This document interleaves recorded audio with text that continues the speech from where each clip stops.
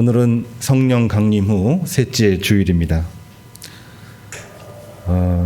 낮에는 덥고 밤에는 춥고 또 매일 날씨가 하루는 장마, 하루는 황사 교차하다 보니까 새벽기도 끝나고 차량 운행할 때쯤 되면은 항상 일기예보를 보지 않을 수가 없습니다. 날씨만이 아니라 뉴스를 통해서 경제가 더 중요한가, 이 방역이 더 중요한가, 또한 백신이 더 중요한가, 부작용이 더 중요한가, 이 문제로 눈을 떼지 못하는 그러한 주간이 바로 지난 주간이었던 것 같습니다. 많은 분들이 백신 주사를 맞았는데 사람마다 각각 다르고 다르다 보니까 서로 다른 입장을 이야기할 수밖에 없는 때에 일순간에 기쁨이 있고 일순간에 절망이 오는 일비의 시간이기도 했습니다. 이러한 때 우리 교회와 성도들은 어떻게 해야 될까요? 목회자로서 고민이 되지 않을 수 없는 그러한 때에 결국 해야 되는 일은 진중하게 하나님 앞에 기도하는 것이지 않을까, 그런 고백을 해보게 됩니다. 우리 교회도 그런 고민을 하고 있는데 이 교회의 그 총합체라고 해야 되는 총회는 이 문제에 대해서 굉장히 더 기민하게 고민하고 기도하고 정책을 내놓는 우리 기관이기도 합니다. 그 총회가 하는 일들이 선교인데 이런 일에 있어서도 이 선교의 분야가 있고 우리 교회가 감당하지 못하는 아주 깊숙한 중요한 문제들을 다루고 있는 곳이 바로 총회이기도 합니다.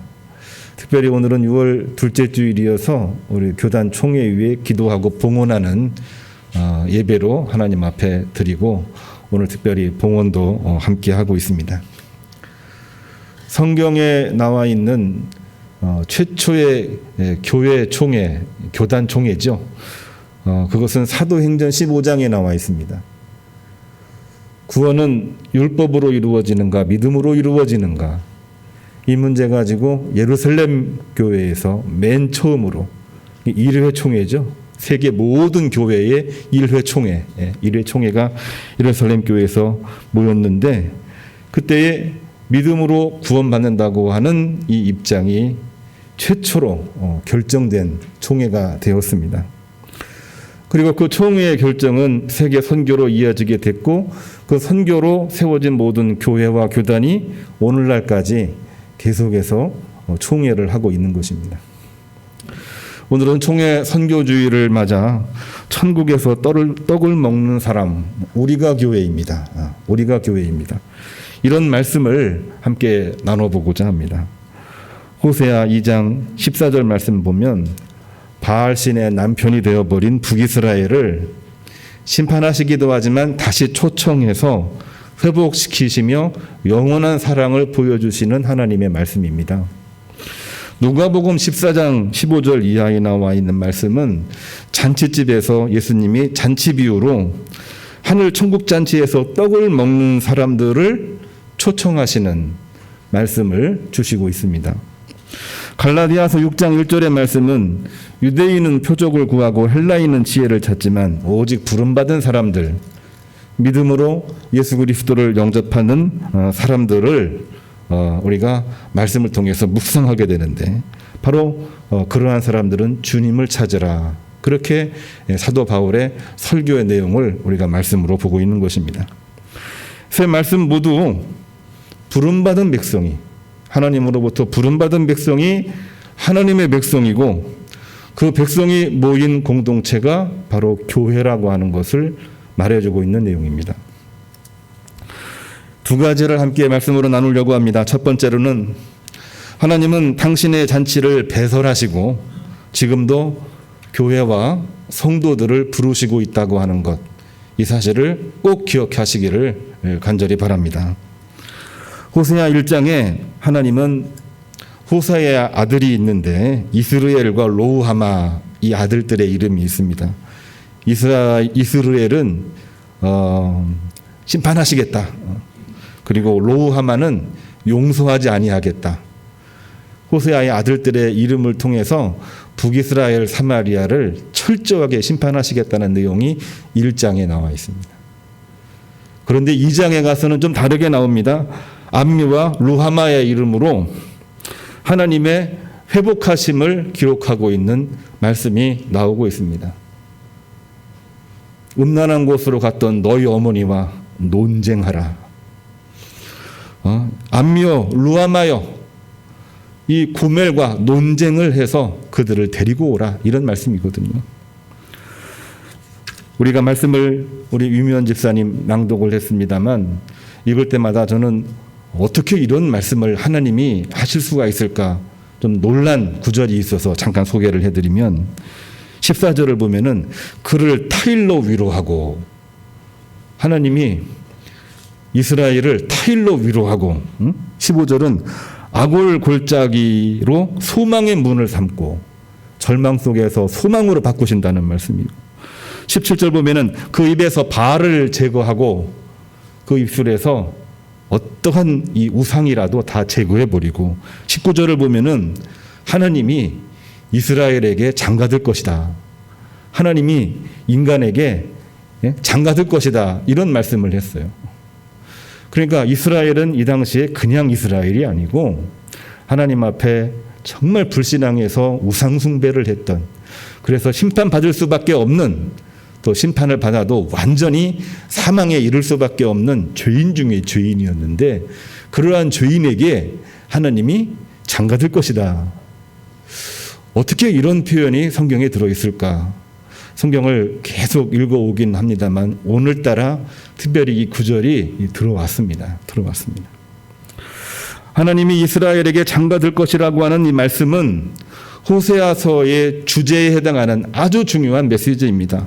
호세아의 주제는 하나님의 죄인을 향한 영원한 사랑입니다. 영어로 Eternal Love라고 이야기를 하고 있습니다. 같이 연관된 오늘 두 번째 읽은 말씀, 누가복음 14장의 말씀은 초청받지 않는 사람들, 초청된 사람들은 한 명도 오지 않았지요. 초청받지 않는 사람들이 누구였냐면 가난한 자, 불편한 자, 맹인, 저는 자였습니다. 한결같이 몸과 마음에 문제가 있는 사람들입니다. 몸과 마음에 문제가 있는 사람들은 율법적으로 문제가 있었기 때문에 이러한 병을 얻었다라고 유대인들 사회에서는 규정되어 있는 사람들입니다. 그렇기 때문에 그들은 초청받을 수가 없는 사람이었던 것입니다. 그들을 다 부르시면서 초청을 해서 자리를 채우라 이렇게 명하셨어요.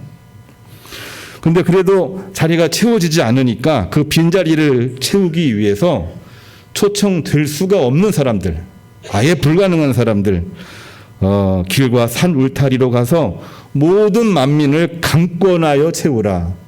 이 말씀을 주시고 있는 것은 이들이 초청받을 수도 없고 받아서는 안 되는 사람이긴 하지만 자기 몸을 속죄 제물로 주시면서 그들을 살리시고 회복시키려고 하는 예수님의 지극하신 영원한 사랑을 말해주고 있는 본문인 것입니다.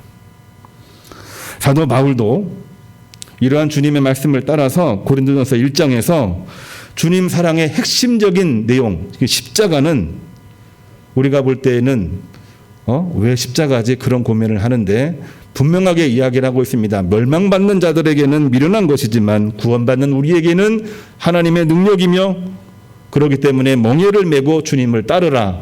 이러한 말씀을 권면하고 사도 바울 본인이 그 일들을 실천을 하고 있는 것입니다. 이 말씀은 어떤 의미를 우리에게 주고 있는 걸까요? 세 가지 본문 오늘 읽었습니다. 공통된 메시지가 이 안에 있는데 그 메시지는 죄인을 부르셔서 교회를 세우시고 죄인을 부르셔서 교회를 세우셨다는 것이 매우 중요합니다. 그리고 그 교회 교인들에게 소명을 맡기시는 말씀이기도 하고 또한 이것은 오늘 총회 선교 주일인데 총회의 선교 정책에 들어있는 말씀이기도 한 것입니다. 그래서 이 교회라고 하는 개념은 성전이라는 개념과는 조금 결을 달리하고 있습니다. 우리가 어떤 경우에는 교회라고 부르고 어떤 경우에는 성전이라고 부르기도 하는데 같은 의미이긴 하지만 깊숙이 들어가 보면 그 안에 분명히 질적인 차이가 있어요. 성전이라고 하는 것은 히브리어 헤칼이라고 하는 단어를 쓰고 있고 이거를 영어로 번역하면은 템플이라고 하는 단어를 쓰고 있습니다. 템플이라고 하는 영어 단어는 기독교뿐만이 아니라 불교 사원도 템플이라고 말하고 이슬람 사원도 템플이라고 말하고 다른 유수의 모든 종교들도 템플 이렇게 이야기를 합니다. 영어로 번역다 보니까 이것이 조금 대중화된 용어처럼 돼버렸는데 본래 성경적인 의미는 헤칼입니다. 헤칼. 경건한 성경으로 알려져 있는 킴 제임스 버전 성경은 이 템플이라는 단어를 쏙 빼버리고 God house, 하나님의 집이라고 이렇게 번역을 하기도 했습니다. 일부러 그렇게 번역한 것이기도 하지요. 하나님의 집이 분명한데 그 하나님의 집이 성전의 의미를 잃어버리고 예수님 시대에 어찌하여 하나님의 집을 강도의 굴절로 만들었느냐. 내 집은 만민이 기도하는 집이다. 예수님을 통해서 분명히 이 성전의 의미를 가르쳐 주셨습니다. 그런데 그 성전의 의미가 신약 성경으로 오게 되면은 개념이 바뀌죠. 이제는 성전이 아니라 교회라고 하는 헬라어를 쓰고 있습니다. 교회의 헬라어는 우리가 많이 들었던 에클레시아입니다. 에클레시아의 의미는 불러낸 자들의 모임을 말하고 있는 것입니다. 이 헤칼이라고 하는 이 성전, 건물의 의미에서 이제는 부름받은 자들의 모임, 건물이 아니라 사람을 말하고 있는 것이 에클레시아, 교회라고 하는 사실이죠. 그리고 예수님의 말씀대로 내 집을 강도의 굴절로 만들었구나. 내 집은 단순히 외형적인 건물이 아니라 하나님 앞에 모든 만민들이 모여서 기도하는 곳이다. 사람들의 모임, 기도하는 모임으로 이 성전의 의미를 가르쳐 주신 것입니다. 그렇기 때문에 오늘날 우리는 이 교회를 외형적인 건물로만 보지 아니하고 이 교회는 그야말로 구원받은 사람들의 모임이요, 기도하는 모임이요, 전도하는 모임이요, 생명을 살리는 모임으로 오늘날 이 교회의 의미가 규정되어져 있는 것입니다. 그렇기 때문에 교회의 일원이 되고 있는 모든 성도들이 단순히 성도가 아니라 엄밀히 보면 하나님의 교회가 되는 것입니다. 또 이 교회는 단순히 외형적인 건물이 아니라 한 명의 성도가 되고 있는 것입니다.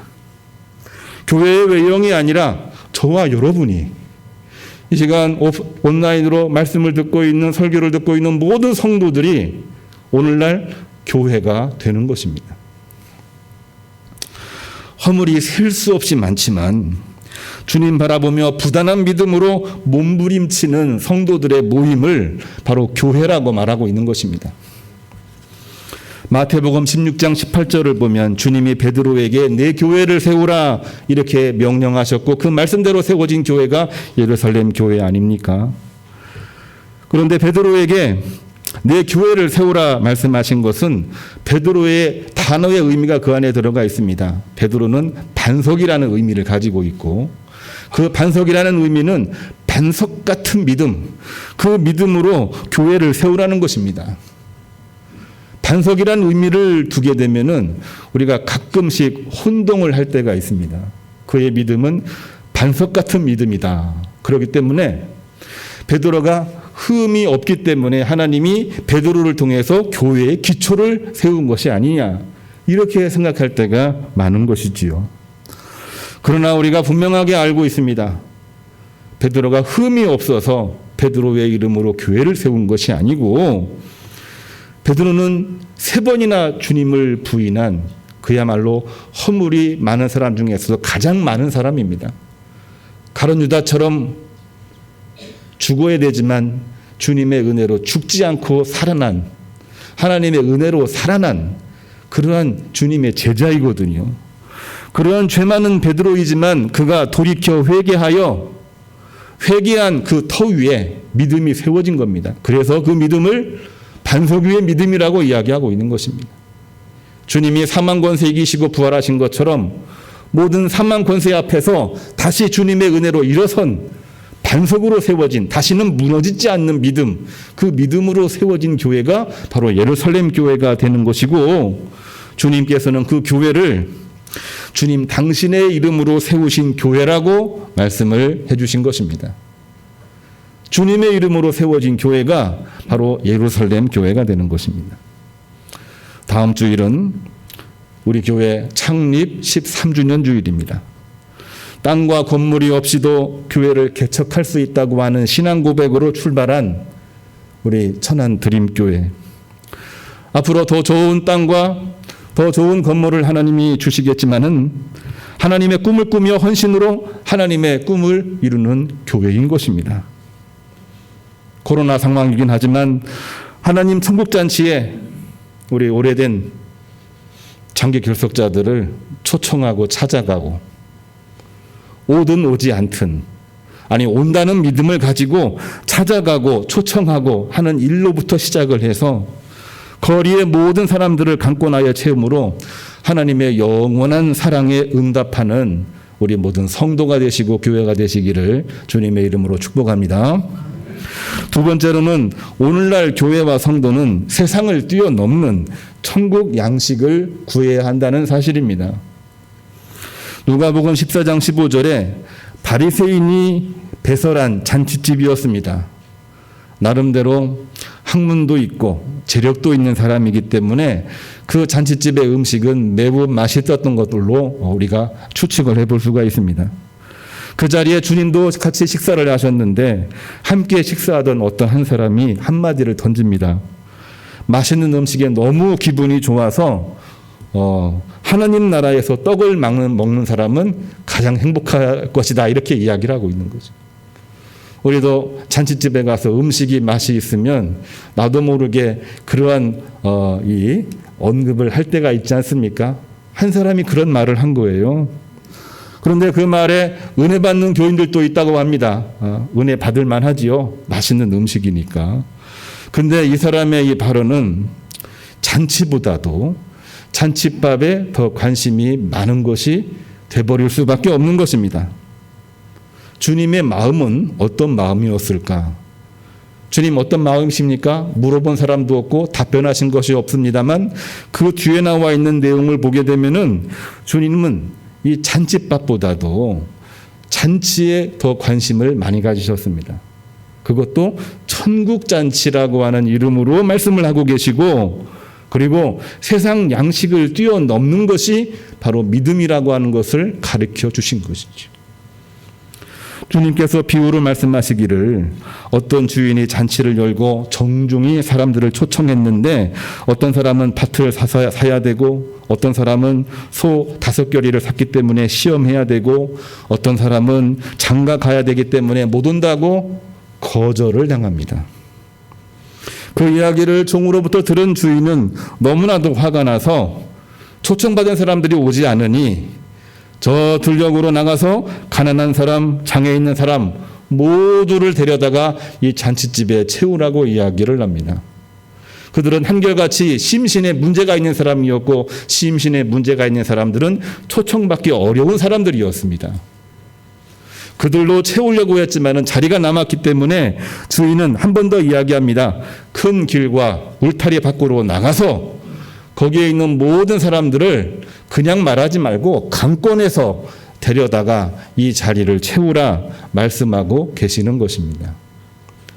잔치집을 비유로 말씀을 하셨습니다만 이것은 천국을 말하고 있는 것이고, 이 천국 이야기는 바로 오늘날 교회를 말하고 있는 것입니다. 초대받은 사람 이스라엘은 오지 않았습니다.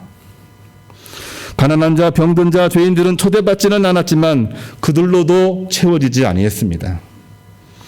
큰 길가 사람들을 강권하여 채우라고 했는데 그들은 도저히 초대될 수 없는 이방인들이었습니다.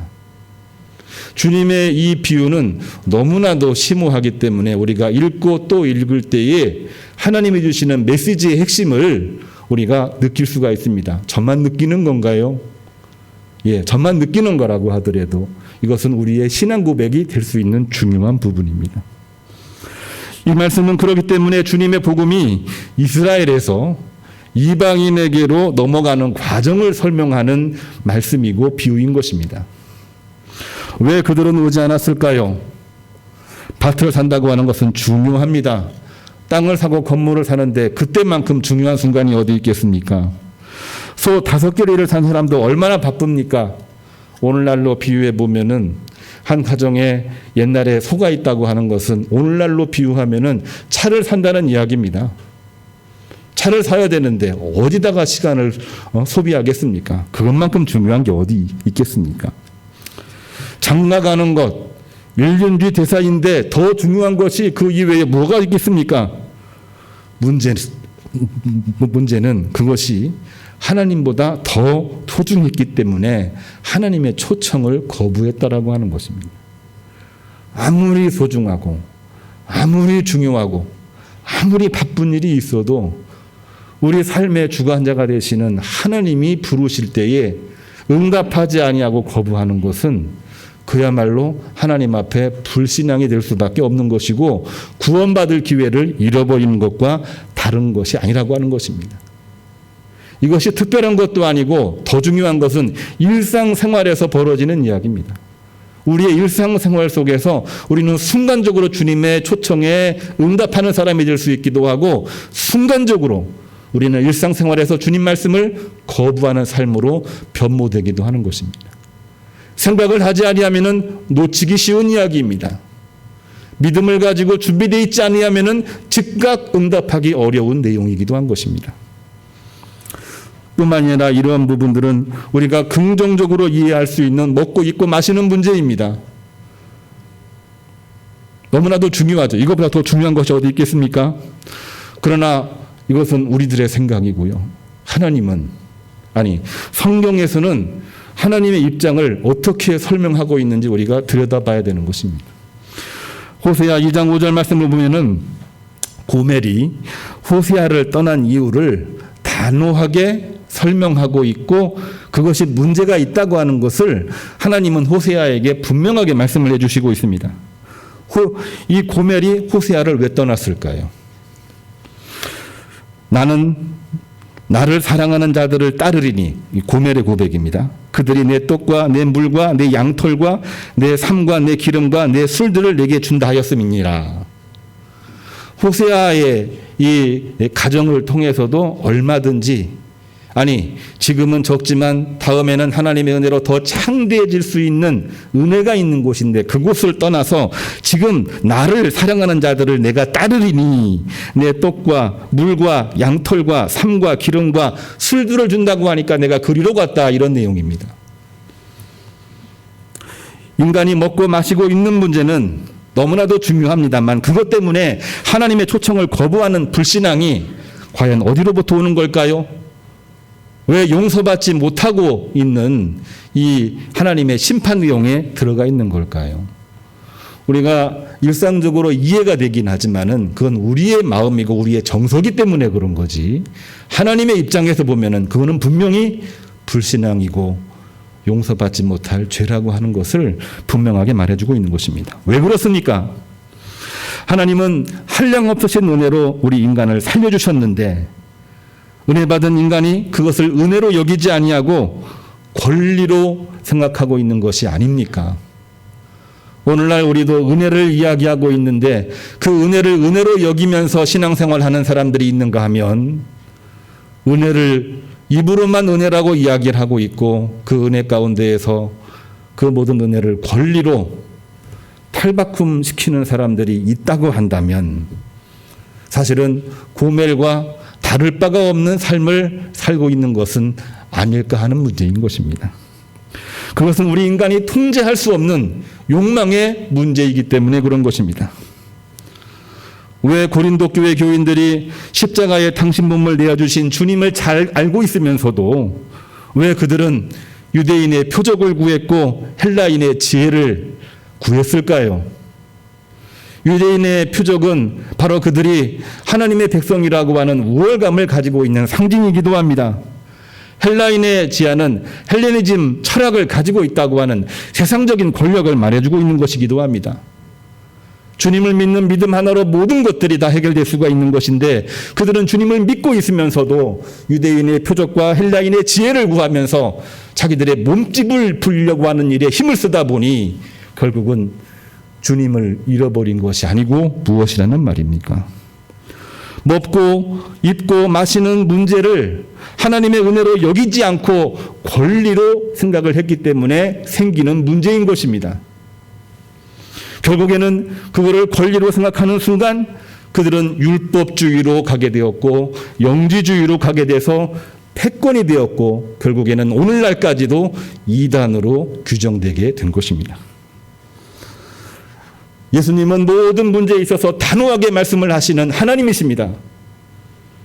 그러나 사도 바울은 주님 따라 목회하는 전도자였기 때문에 모든 순간에 단호하게 말하지 않습니다.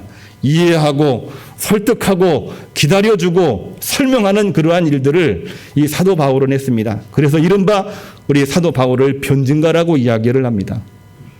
고린도 교회를 향해서도 내부적으로는 사분오열, 외부적으로는 박해가 있는데 그들을 다 아울러야 됩니다. 인정도 해줘야 되고 꾸짖기도 해야 되고 설득도 해야 되고 기다려주기도 해야 되고 목회자의 심정을 말하고 있는 것이 사도 바울의 입장인 것입니다. 모두가 다 아우러야 되는데 특별히 유대인들도 아우러야 되고 헬라인들도 아울러야 됩니다. 그러한 입장이긴 하지만 사도 바울은 오늘 고린도전서 1장 24절에서 이 문제에 대해서만큼은 단호하게 말씀을 전하고 있습니다. 어떤 내용입니까? 다름이 아니라 오직 부르심을 받은 자들은 유대인이나 헬라인이나 상관없이 그리스도는 하나님의 능력이요 지혜입니다. 단호하게 말씀을 전하고 있는 것입니다. 시편 100편 3절에서도 시편 기자는 그는 우리를 지으시니요 우리는 그의 것이니 그의 백성이요 그의 기르시는 양이로다 고백을 하고 있습니다.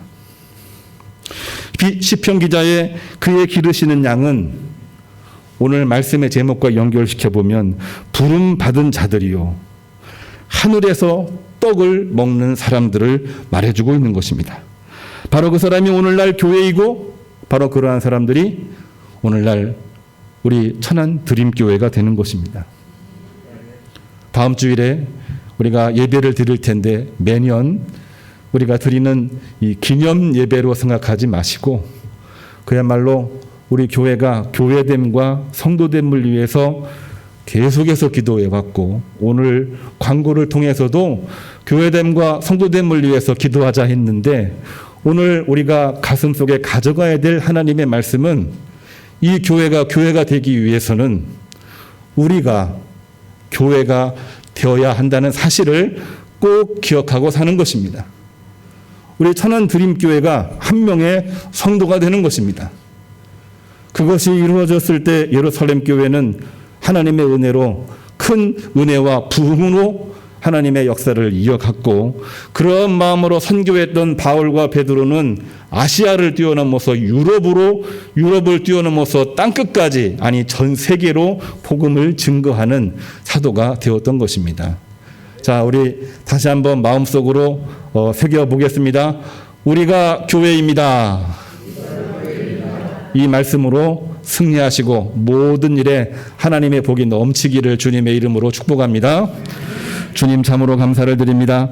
오늘 또 은혜 가운데 주의 전에 나와 우리가 교회이고 우리가 성도입니다. 이 말씀을 우리 가슴에 품고 이 성전을 나갑니다. 이 말씀으로 승리하게 하시고 영혼이 잘됨같이 범사가 잘되고 강건하게 되는 은총으로 역사하여 주옵소서. 예수님의 이름으로 기도합니다. 아멘.